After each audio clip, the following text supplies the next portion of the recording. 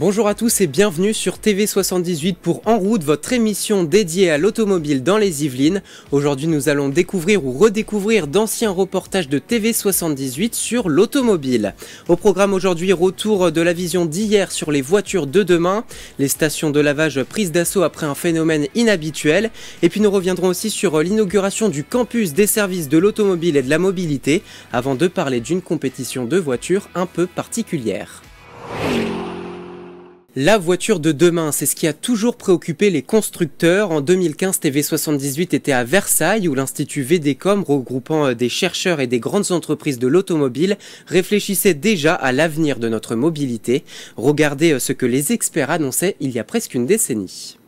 Cette voiture électrique conduite par Anne-Charlotte Nicou a une particularité, elle peut aussi se conduire sans chauffeur.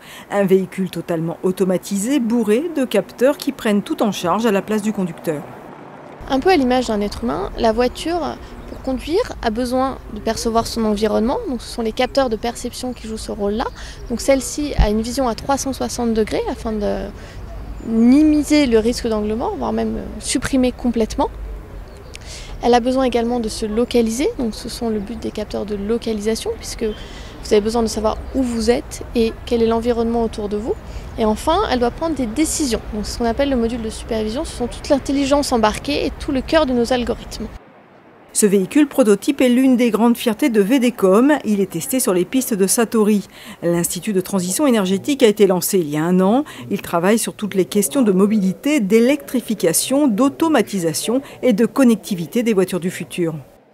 On a les grandes entreprises de l'automobile française qui sont fondateurs de VDCOM, des grands instituts de recherche, et puis également des PME et bientôt des startups. Donc c'est un écosystème de près de 40 membres qui travaillent ensemble tous les jours. Un mariage entre secteur public et privé, entre petites et grandes entreprises, entre chercheurs et ingénieurs qui portent ses fruits. Aujourd'hui, l'Institut emploie un peu moins de 100 personnes. Ils seront plus de 150 à la fin de l'année et il est prévu encore une centaine d'embauches d'ici 2016. Pour fonctionner, VDCOM, qui fait partie du PIA, le plan d'investissement d'avenir, dispose d'un budget de 19 millions d'euros. Ce budget est en croissance. Donc sur 3 ans, et l'ensemble de VDCOM est financé à 10 ans pour globalement une centaine de millions d'euros. Quand l'État met 1, les industriels mettent 1. Ça, c'est le principe de base du financement de VDCOM. Reste une interrogation, à quand une voiture sans conducteur sur route? Pour l'heure, c'est interdit en France et en Europe. Seul l'État du Nevada aux États-Unis a donné cette autorisation pour la Google Car. Mais l'avenir s'annonce radieux pour VDCOM. En octobre prochain, la ville de Bordeaux va accueillir le Congrès mondial des systèmes automatisés et les responsables en sont persuadés, les derniers leviers législatifs devraient se lever. En attendant, VDCOM travaille également sur un pôle d'excellence qui ouvrira à la fin de l'année à Satori pour préparer cette fois les moteurs électriques de demain. Et les voitures électriques qui se sont bien développées. L'année dernière, près de 300 000 voitures électriques ont été vendues dans l'Hexagone. En fin d'année, elles représentaient même près d'une immatriculation sur 6, avec une part de marché s'approchant des 17%. Et si la voiture électrique est aujourd'hui devenue une réalité, ce n'est pas encore le cas pour la voiture sans chauffeur. L'autonomie d'une voiture se mesure sur 5 niveaux, allant de 1 à 5, 5 signifiant que la voiture est complètement indépendante. La voiture sans chauffeur est aujourd'hui plus concrète qu'il y a 10 ans, mais la conduite autonome de niveau 5 est aujourd'hui interdite en France. Seuls les niveaux jusqu'à 3 sont autorisés depuis 2022. Aujourd'hui, de nombreux constructeurs comme Mercedes, Peugeot ou encore Kia par exemple proposent des systèmes d'aide à la conduite et de conduite semi-autonome.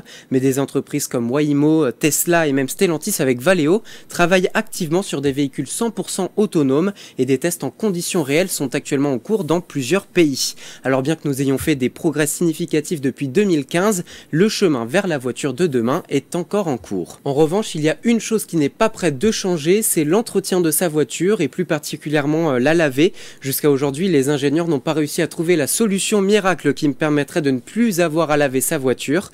Alors il y a 2 ans, lorsqu'un nuage de sable venu du Sahara s'est abattu sur le département, les automobilistes n'avaient plus trop le choix, il fallait venir laver sa voiture et les stations de lavage ont été prises d'assaut. Illustration dans une station de lavage à Trappes.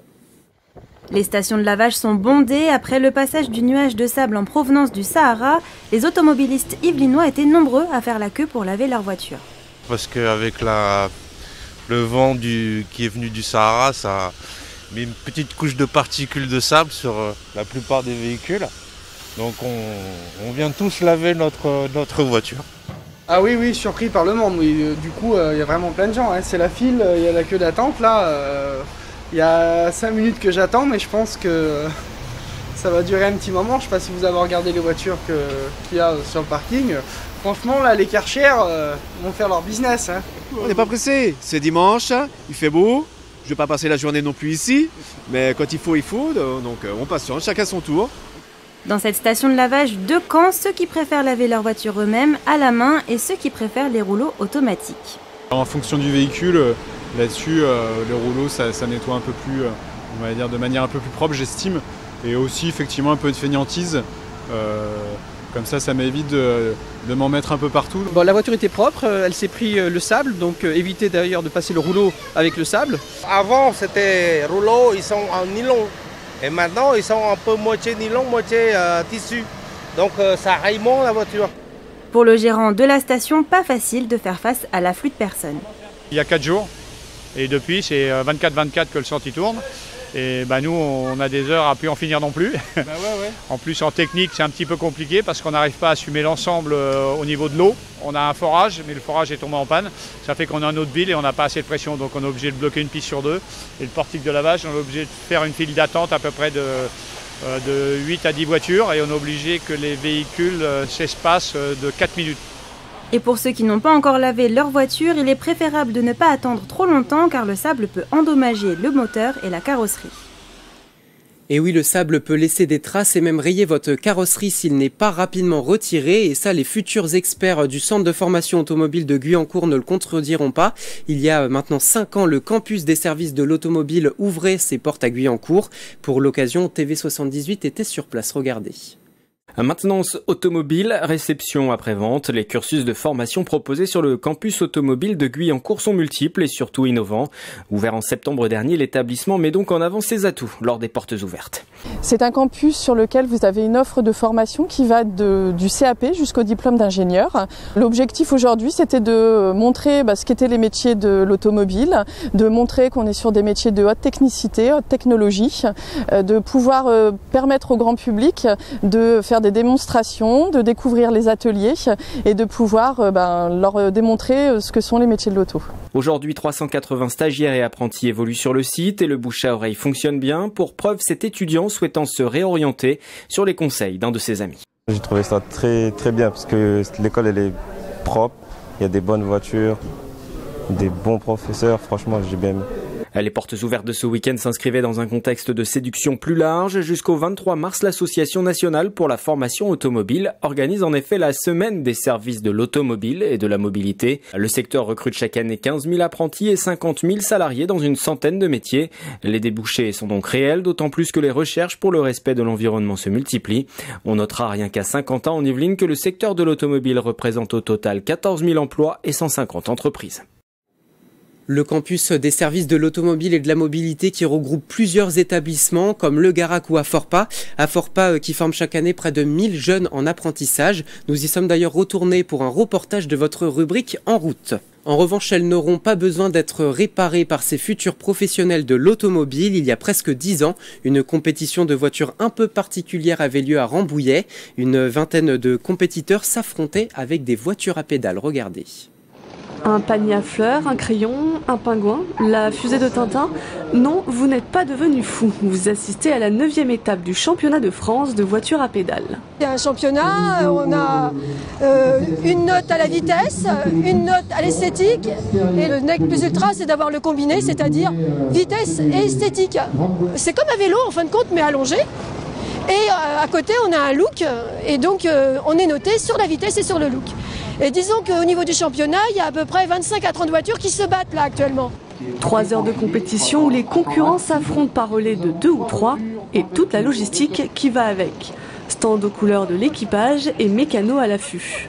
On refait la voiture, la carrosserie tout l'hiver et après on roule l'été avec. Il y a l'entretien de la voiture, donc les pneus, tout ça, parce qu'on fait quand même quasiment 90 km par course. On a une moyenne de 30 km/h, donc les pneus ça use, la mécanique et tout.